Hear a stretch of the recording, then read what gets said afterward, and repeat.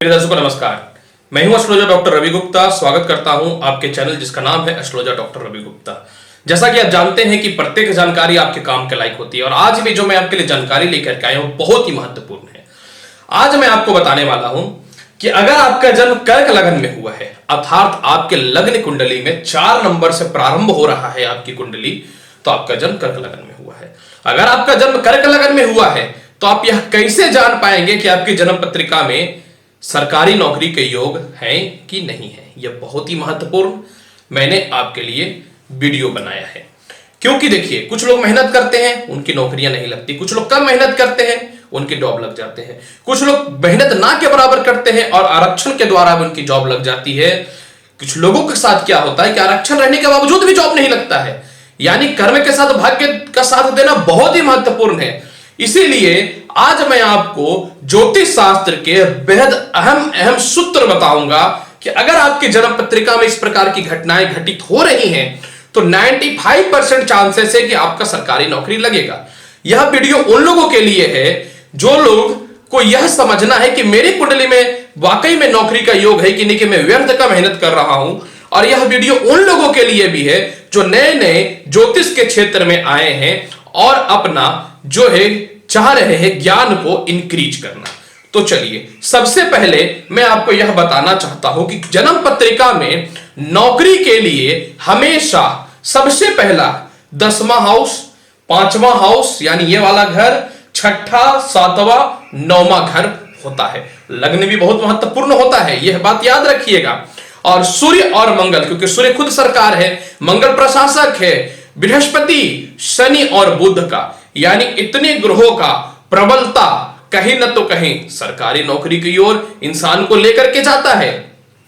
तो अब मैं यह आपको बताना चाहता हूं कि वाकई में आप किस कैटेगरी से देखेंगे कि आपकी कुंडली में सरकारी नौकरी का योग है। हाँ, इसके अलावा कुछ योग भी होते हैं, पंच महापुरुष योग होते हैं, जिसमें से आपकी कुंडली में 1 या 2 या 3 भी घटित हो जाए तो आप मेहनत करेंगे तो 100% जो है आपकी कुंडली में सरकारी नौकरी के योग बनते हैं। इसके अलावा बुधादित्य योग और गज केसरी योग भी सरकारी नौकरी लगाने में अहम भूमिका निभाते हैं। तो चलिए अब मैं कुछ सूत्रों की बात करता हूं। अगर आपकी जन्म पत्रिका में इस प्रकार की घटनाएं घटित हो रही हैं तो आपको प्रयास नहीं छोड़ना चाहिए। हालांकि ज्योतिष शास्त्र को सामुद्रिक शास्त्र कहा जाता है, अर्थात इसका कहीं भी अंत नहीं है, फिर भी मैं ऐसे ऐसे सूत्रों के बारे में आपसे चर्चा करूंगा कि अगर आप खुद से उस स्थिति को देखेंगे तो सरकारी नौकरी लगने के चांसेस हो सकते हैं। सबसे पहला मैं आपको बताना चाहता हूं, सबसे पहला सूत्र जो सबसे महत्वपूर्ण होता है वह यह होता है कि अगर आपके कुंडली में स्वयं चंद्रमा लग्न में अगर कर्क राशि पे विराजमान है स्व राशि के, तो यह एक शुभ योग है। अर्थात आपकी मानसिक स्थिति बहुत अच्छी रहेगी और सरकारी नौकरी के लिए आपका माइंड शार्प रहेगा। अतः लग्नेश को देखना अत्यंत आवश्यक होता है। सबसे महत्वपूर्ण नौकरी के लिए 10वां घर होता है, जिसको 10th हाउस बोलते हैं। आपके 10वें घर का मालिक जो होता है वह मंगल होता है और मंगल ही आपकी कुंडली में 5वें हाउस का भी मालिक होता है। मैंने क्या बताया कि 5वां हाउस जो होता है यह खुद सरकारी नौकरी का होता है, सरकार का होता है, और 7वां हाउस जो होता है वह नौकरी में स्टेब्लिश का होता है। 9वां घर नेतृत्व क्षमता का होता है, आप नौकरी को किस प्रकार से करते हैं जो आपको पदोन्नति की ओर पहुंचाएगा। और 10वां घर जो होता है ये नहीं हो तो नौकरी ही ना लगे इंसान का, यानी 10वां पीड़ित हो, 10वें पीड़ित हो तो आपका जॉब किसी भी हाल में लग ही नहीं सकता है। पहला सूत्र, अगर आपकी कुंडली में मंगल स्वयं जो है अपनी राशि 1 नंबर पे बैठा है तो यह जो है रोचक योग की उत्पत्ति करेगा। और रोचक योग की उत्पत्ति होना मतलब 100% नौकरी का चांसेस आपके बन जाएंगे। अगर 7 नंबर पे यहां पे शुक्र अगर विराजमान है तो आपकी कुंडली में मालवीय योग की उत्पत्ति करता है, यह भी आपके नौकरी में अहम भूमिका निभाएगा। अगर स्वयं शनि यहां पे बैठा है तो सस योग की उत्पत्ति करेगा, अर्थात यह तीनों में से कोई एक योग है तो आपकी कुंडली में सरकारी नौकरी के चांसेस बन सकते हैं। इसके अलावा अगर आपकी कुंडली में कर्म स्थान का स्वामी यानी मंगल आपकी जन्म पत्रिका में यहां पे विराजमान है, यहां पे विराजमान है, यहां पे विराजमान है, यहां विराजमान है, यहां यहां यहां यहां इतनी स्थितियों पे विराजमान है तो आपकी कुंडली में सरकारी नौकरी के चांस 100% बनेंगे। इसके अलावा मंगल की दशा में अगर इसके अलावा अगर मंगल यहां पे विराजमान है और चंद्रमा के साथ है तो आपका दशमेश का जो दोष है वह समाप्त हो गया। अतः यह हो गया नीच भंग राजयोग। फिर भी आपका जो है सरकारी नौकरी के योग अवश्य बनेंगे मंगल की दशा में। अगर आपकी जन्म पत्रिका में मंगल यहां पे विराजमान है और शनि के साथ विराजमान है, या फिर शनि जो है कुंडली में यहां पे विराजमान है, यानी जिस राशि में मंगल बैठा है उसके स्वामी उच्च के हैं, तो यह कोई योग तो नहीं बनाएगा, लेकिन कह सकता हूं कि नीच भंग राज्यों की श्रेणी में आ सकता है। तो अतः फिर भी नौकरी के चांसेस आपके बनेंगे, क्योंकि मंगल दूषित होने से बच रहा है।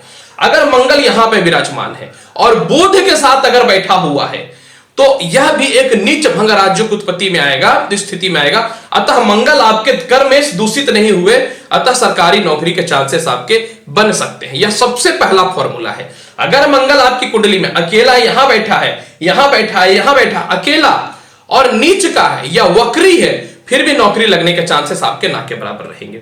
इसके अलावा भी मंगल अगर कहीं बैठता और वक्र अवस्था में या 8 डिग्री से कम है, फिर भी सरकारी नौकरी के चांसेस में कहीं ना तो कहीं थोड़ी सी बाधाएं निश्चित तौर पे उत्पन्न होंगी। यह पहला फॉर्मूला है। अतः अगर दशमेश खराब है तो फिर पंचमेश और नौमेश की भूमिका निभाएगा ग्रह। लेकिन इतना याद रखिएगा कि अगर दशमेश खराब है तो आपको किसी तरह गवर्नमेंट जॉब अगर मिल भी जाता है, फिर भी यह मान करके चलिएगा कि छूटने के चांसेस बहुत ज्यादा आपके जीवन में रहेंगे। अब मैं आपको बताता हूं दूसरा सूत्र क्या है। अब जो सुनिएगा वह बहुत स्पष्ट बताता हूं। अगर आपकी जन्म पत्रिका में मंगल यहां विराजमान है और बृहस्पति भी यहां विराजमान है, तो बृहस्पति के दशा में आपकी नौकरी लगने की संभावनाएं होंगी। कोई भी ग्रह अगर सूर्य, चंद्रमा, मंगल मतलब 9 ग्रह में से केतु को छोड़ करके अगर कोई भी ग्रह यहां पे विराजमान होता है तो आपकी कुंडली में उस ग्रहों की दशा में नौकरी लगने के चांसेस बहुत हद तक बन जाएंगे। आगे मैं बताता हूं। अगर आपकी कुंडली में दशमेश मंगल जो है और यहां बृहस्पति के साथ विराजमान है, यह मंगल यहां पे बैठा हुआ है और बृहस्पति यहां पे बैठा हुआ है, तो भी दोनों में से किसी में भी एक के दशा में आपको सरकारी नौकरी के योग बनेंगे। अतः 10वें घर में जो भी ग्रह बैठता है और अच्छे पोजीशन पे, तो सरकारी नौकरी उस ग्रहों के दशा में आपके लगेंगे। यह आपको समझनी चाहिए। इसके अलावा और मैं आगे जो बताता हूं वह आप सुनिए। अगर सूर्य आपकी कुंडली में द्वितीय हाउस का मालिक होता है सूर्य, अगर सूर्य यहां पे विराजमान है और मंगल यहां पे विराजमान है, तो यह एक बहुत शुभ योग हो रहा है। लेकिन अगर सूर्य यहां पे विराजमान है, एक बात एकदम समझिएगा, सूर्य यहां पे उच्च का होता है और मंगल यहां पे विराजमान है, फिर भी आपके सरकारी नौकरी के चांसेस 100% बनेंगे। अगर बुध आपकी कुंडली में यहां विराजमान है और मंगल यहां पे विराजमान है, तो फिर भी आपकी कुंडली में राशि एक्सचेंज होने से बुध या मंगल के दशा में सरकारी नौकरी के योग बनेंगे। इसके अलावा दशमेश का त्रिकोणेश के साथ एक्सचेंज होना भी सरकारी नौकरी के कारक होते हैं। तो कर्क लगन में दशमेश और पंचमेश के स्वामी एक ही मंगल होते हैं, अतः मंगल यहां भी विराजमान होगा तो भी सरकारी नौकरी का योग बनेगा, यहां भी बनेगा। मैंने बताया कि दशमेश और त्रिकोणेश का भी होना सरकारी नौकरी के सपोर्ट में होता है। मैंने बताया कि द्वितीय का दशमेश से एक्सचेंज होना भी सरकारी नौकरी के सपोर्ट में होता है। इसके अलावा अगर सूर्य भी यहां पे बैठे हुए हैं, मंगल कहीं भी बैठा हुआ है, मंगल अगर वक्र अवस्था में भी है, कमजोर भी है, फिर भी आपको सरकारी नौकरी सूर्य अवश्य देगा, क्योंकि सूर्य खुद ही जो है सरकारी नौकरी के कारक होते हैं। केंद्र का कोई भी ग्रह जैसे सूर्य, शनि, मंगल और चंद्रमा उच्च का होता है, फिर भी आपके सरकारी नौकरी के चांसेस बनेंगे। अर्थात अगर शुक्र जो है आपकी कुंडली में भाग्य स्थान में 12 नंबर पे बैठा है, शनि जो है कुंडली में 7 नंबर पे बैठा हुआ है, और क्या बोलते हैं सूर्य जो है आपकी कुंडली में 1 नंबर पे बैठा है, तो सरकारी नौकरी के योग बनेंगे। अतः आपको एक बात हमेशा ध्यान रखना है कि अगर जन्म आपका कर्क लगन में है तो कर्मेश को विशेषकर ध्यान देना है।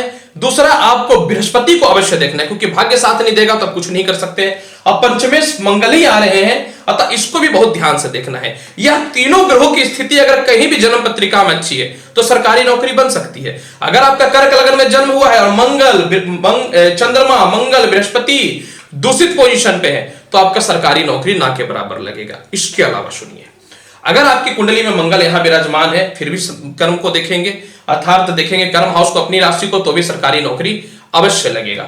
अगर बृहस्पति यहां पे विराजमान है तो 9वीं दृष्टि यहां पे जाएगी बृहस्पति का 8 डिग्री से 15 डिग्री, सभी ग्रहों का डिग्रियां 8 से 15 होनी चाहिए, फिर भी सरकारी नौकरी के चांसेस आपको बनेंगे। अर्थात दशा हाउस को जो जो ग्रह देखेगा उससे भी सरकारी नौकरी उसके महादशा और अंतरदशा में, या फिर उसका साथी ग्रह जो है उसके महादशा और अंतरदशा में सरकारी नौकरी के चांसेस बनेंगे। या फिर मान लीजिए कि भले ही मंगल यहां पे बैठा है और आपकी जन्म कुंडली में मंगल की दशा नहीं चल रही है, लेकिन गोचर में अगर मंगल उच्च का हो रहा है या अपनी राशि का आ रहा है, तो उस समय भी आपका नौकरी का चांसेस अत्यधिक बनता है।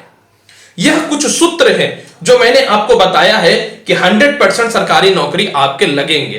परंतु अब मैं बताना चाहता हूं, अकेला मंगल अगर आपकी कुंडली में यहां बैठा है, अकेला मंगल अगर आपकी कुंडली में यहां बैठा हुआ है, सरकारी नौकरी नहीं लगेंगे। कितना भी कोशिश कर लीजिए, अगर बृहस्पति आपकी कुंडली में यहां बैठा है या फिर जो अकेला यहां पे बैठा हुआ है, फिर भी सरकारी नौकरी के चांसेस आपको नहीं लगेंगे, क्योंकि आपका कर्मेश और भाग्य की स्थिति खराब है। व्यर्थ का मेहनत करेंगे, अतः आप दूसरा सेक्टर भी चुनना चाहें तो आपके लिए बेहतर रहेगा। और लग्न को अवश्य देखिएगा, अगर चंद्रमा आपकी कुंडली में 8वें नंबर पे यहां बैठा हुआ है और मंगल आपकी कुंडली में यहां या यहां बैठा हुआ है, तो भी नहीं लगेगा नौकरी, क्योंकि 8 चंद्रमा का बल छीन हो गया, उसको कोई ग्रह सपोर्ट नहीं कर रहा। आप मानसिक अस्थिरता में रहेंगे, डिप्रेशन में रहेंगे, स्वास्थ्य ठीक नहीं रहेगा। यह सब कुछ कारण है जो सरकारी नौकरियों के लिए बहुत महत्वपूर्ण होता है। दर्शकों, आज मैंने बहुत ही कम समय में कोशिश किया आपको समझाने का कि सरकारी नौकरी के लिए कर्क लगन में कौन सा ग्रह जिम्मेवार होता है और कौन सी ग्रहों की स्थिति अच्छी नहीं होने पे जो है आपको नौकरी में बाधा होती है। लास्ट, अगर आपकी कुंडली में अगर ऐसी स्थितियां हैं तो आप हमेशा अपने जीवन में मूंगा, पुखराज और मोती हमेशा धारण करके रखिए। उम्मीद है कि सरकारी नौकरी के योग बन सकते हैं। आज लूंगा आपसे इजाजत, मिलूंगा नेक्स्ट एपिसोड में और अच्छी जानकारी के साथ। चैनल अच्छा लगता है तो लाइक करें, शेयर करें, सब्सक्राइब करें और हमेशा ज्ञानवर्धक जानकारी प्राप्त करने के लिए जो है अवश्य चैनल को सब्सक्राइब करें और लोगों से शेयर भी करें। पर्सनल अपॉइंटमेंट लेना चाहते हैं, नंबर फ्लैश हो रहा है, मेरे से नंबर अपॉइंटमेंट ले सकते हैं। आज लूंगा आपसे इजाजत, मिलूंगा नेक्स्ट एपिसोड में। तब तक के लिए धन्यवाद। उम्मीद करता हूं बताई गई जानकारी से आप संतुष्ट होंगे। धन्यवाद।